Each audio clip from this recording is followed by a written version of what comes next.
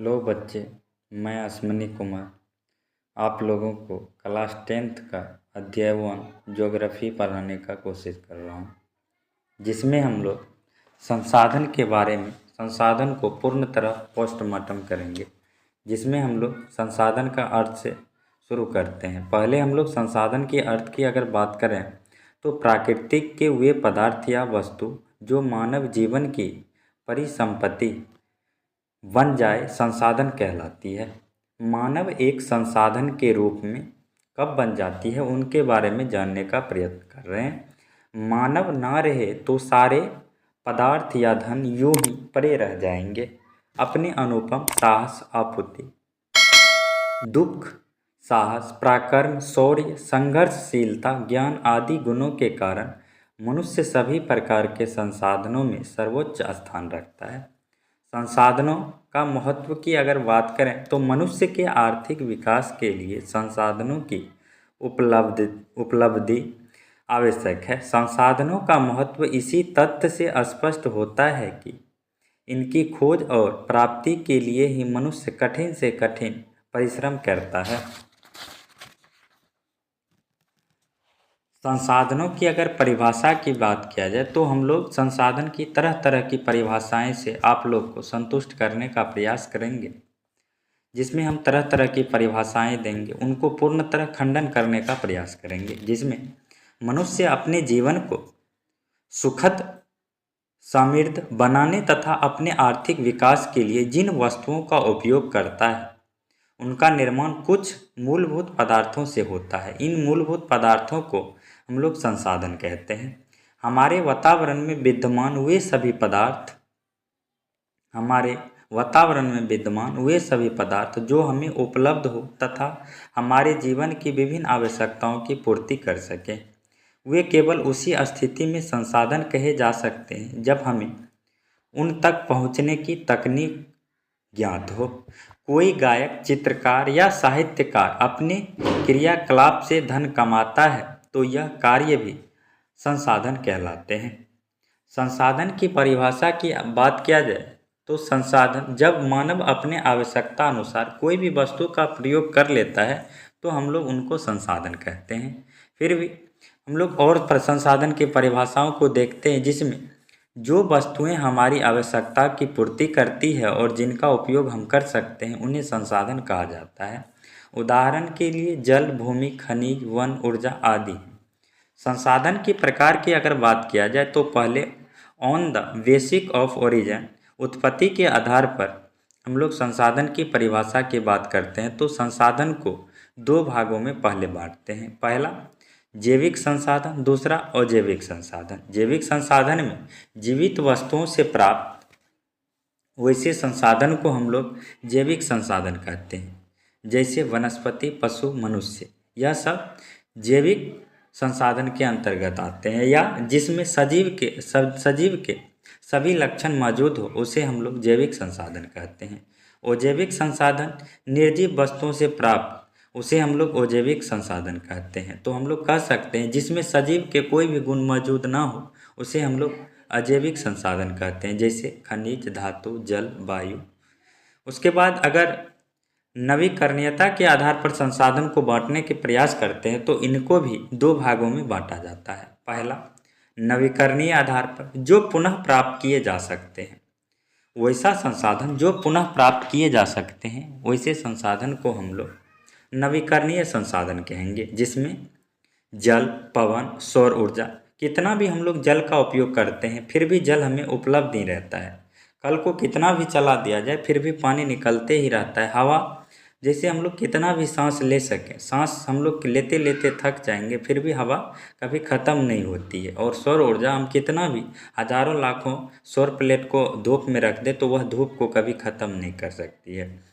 इससे हमें पता चलता है कि वैसा जो पुनः प्राप्त किए जा सके, जो कभी ख़त्म होने वाला ना हो, है कि नहीं, उसे हम लोग नवीकरणीय संसाधन कहेंगे। वो नवीकरणीय संसाधन जो सीमित हो, जिसका एक भंडार हो, उसे हम लोग वो नवीकरणीय संसाधन कहते हैं।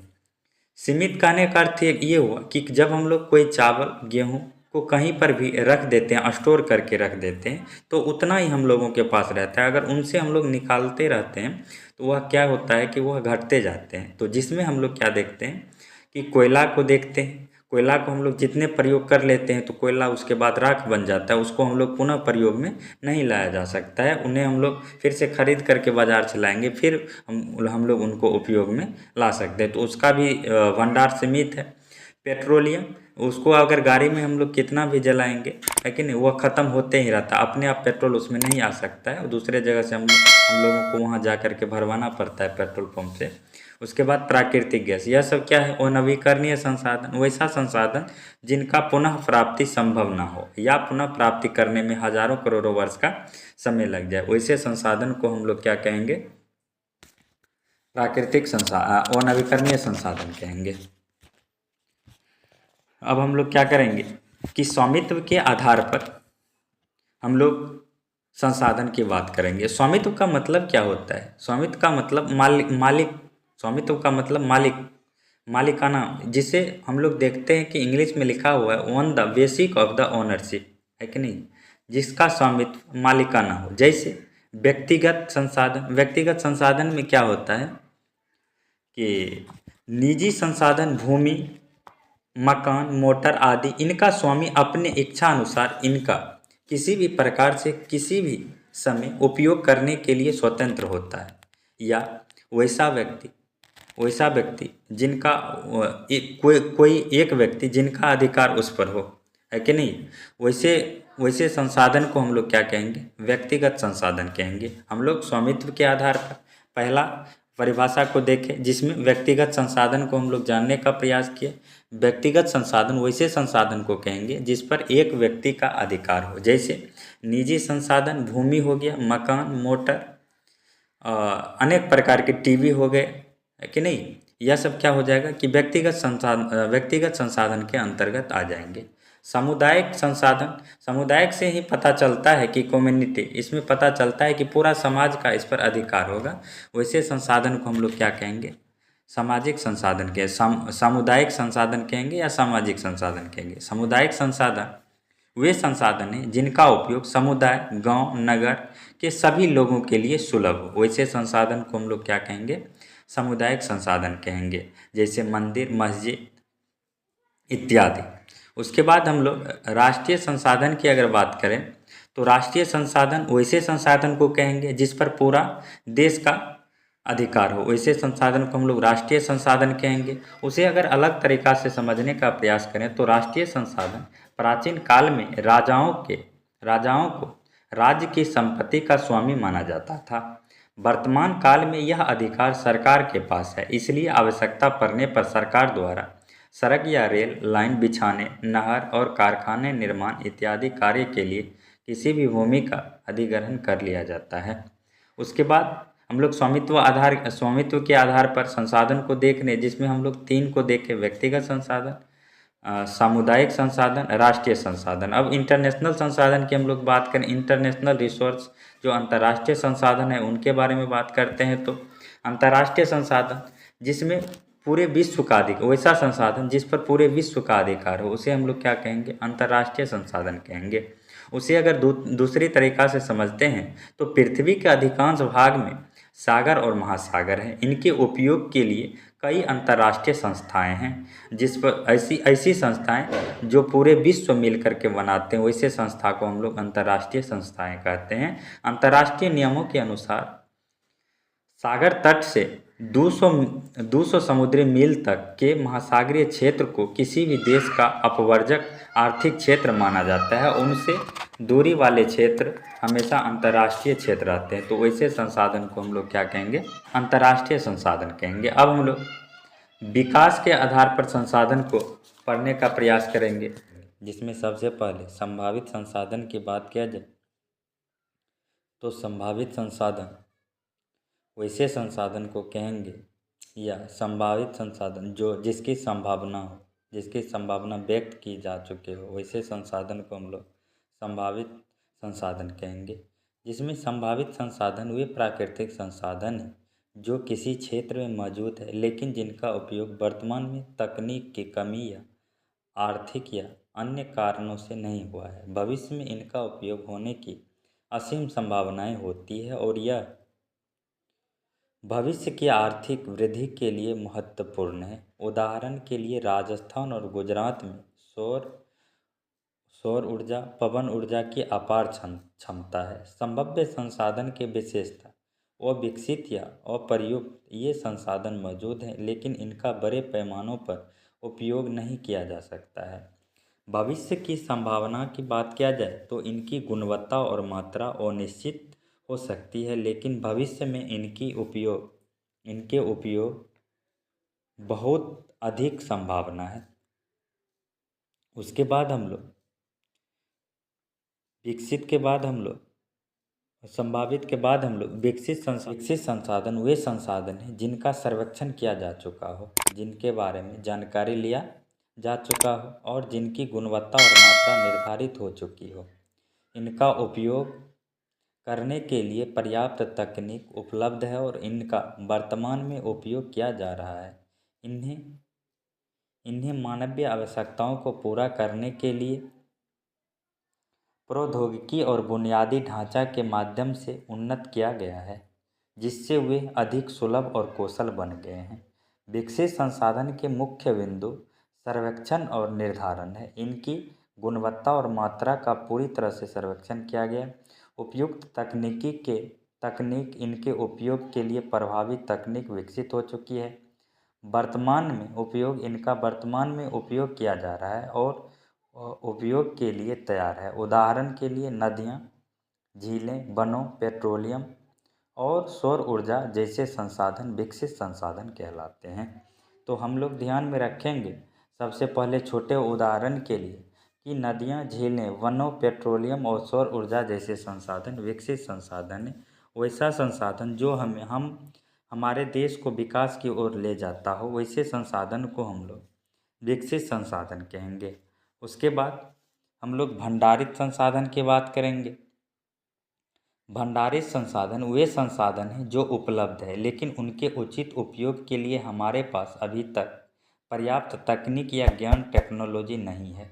उदाहरण के लिए हाइड्रोजन को ईंधन के रूप में इस्तेमाल करने के लिए अभी हमारे पास ज़रूरी तकनीक नहीं है, इसलिए इसे भंडारित संसाधन कहा जाता है, क्योंकि इनका भंडार भरा हुआ है और हम लोग इनका उपयोग नहीं कर रहे हैं। तो यह क्या है, एक कमरे में जिस प्रकार से हम लोग कोई भी वस्तु को बंद करके रख देते हैं, उसी प्रकार से यह बंद रखा हुआ है। जब हमारे पास तकनीक आएगा तब इनका उपयोग किया जाएगा, इसीलिए यह भंडारित संसाधन के अंतर्गत आते हैं। परिभाषा के लिए भंडार संसाधन ऐसे प्राकृतिक संसाधन हैं जो बड़ी मात्रा में उपलब्ध है, लेकिन उनका उपयोग व्यावसायिक उपयोग करने के लिए वर्तमान में आवश्यक प्रौद्योगिकी की कमी है। उदाहरण के लिए जल, जिसमें हाइड्रोजन और ऑक्सीजन होते हैं, एक विशाल ऊर्जा स्रोत है, लेकिन इनका उपयोग करने के लिए आवश्यक तकनीक ज्ञान की कमी के कारण इसे भंडार माना जाता है। अन्य उदाहरण में जीवाश्म ईंधन जैसे कोयला और पेट्रोलियम शामिल है, जिनके उपयोग एक निश्चित भंडार है। उसके बाद हम लोग आरक्षित संसाधन की बात करेंगे, जिसे हम लोग संचित संसाधन भी कहते हैं। इसमें होता क्या है कि कुछ संसाधन जिनके उपयोग करने की तकनीक ज्ञात हो, परंतु उसकी सस्ती तकनीक के अभाव अथवा अन्य कारणों से उनका उपयोग वर्तमान में ना होता हो तथा भविष्य में उपयोग करना संभव हो, उन्हें संचित संसाधन के विकास की अगर बात किया जाए तो संसाधन के विकास संसाधनों की उचित उपयोग तथा संरक्षण करके मानव कल्याण के लिए उनका विकास करना ही संसाधन विकास कहलाता है। संसाधनों के उपयोग के संदर्भ में किए गए कुछ अंतर्राष्ट्रीय प्रयास इस प्रकार हैं। पहला, क्लब ऑफ रोम 1968 ईस्वी। उसके बाद विश्व शिखर सम्मेलन 1972 ईस्वी। ओवर कॉमन फ्यूचर 1987 ईस्वी। विश्व पर्यावरण सम्मेलन ग्रीन हाउस सम्मेलन 1987 ईस्वी। प्रथम पृथ्वी सम्मेलन 1992 ईस्वी। यह सब तरह तरह के प्रयास किए जा रहे हैं पर्यावरण को संरक्षित करने के लिए। संसाधनों के अंधाधुंध उपयोग के परिणाम कुछ अच्छा नहीं है। पर्यावरणीय असंतुलन, भूमि क्षरण, जैव विविधता में कमी, जलवायु परिवर्तन और प्रदूषण, यह सब हम लोगों के द्वारा जो संसाधन को छेड़छाड़ किए जाते हैं उनके द्वारा यह उत्पन्न होते हैं। संसाधन नियोजन, उसके बाद संसाधन नियोजन की अगर बात करें तो संसाधनों का संतुलित एवं न्याय संगत उपयोग सुनिश्चित करने की प्रक्रिया ही संसाधन नियोजन कहलाता है। संसाधन नियोजन में क्या होता है? संसाधन के विवेकपूर्ण उपयोग ही संसाधन नियोजन कहलाता है। भारत जैसे विविधतापूर्ण देशों में तो क्षेत्रीय विभिन्नताएं स्वाभाविक रूप से ही अधिक है, मानो इसमें सारे संसार की विशेषताएं विद्यमान होता क्या है कि संसाधन की संरक्षण की अगर बात किया जाए तो संसाधन संरक्षण में जल के विद्युत उत्पन्न करने और सागरों, नदियां तथा झीलों में यातायात मार्ग बनाए जाने से जल का महत्व बढ़ चला है। बांधों, पोखरों और नदियों से सिंचाई का काम भी लिया जा रहा है।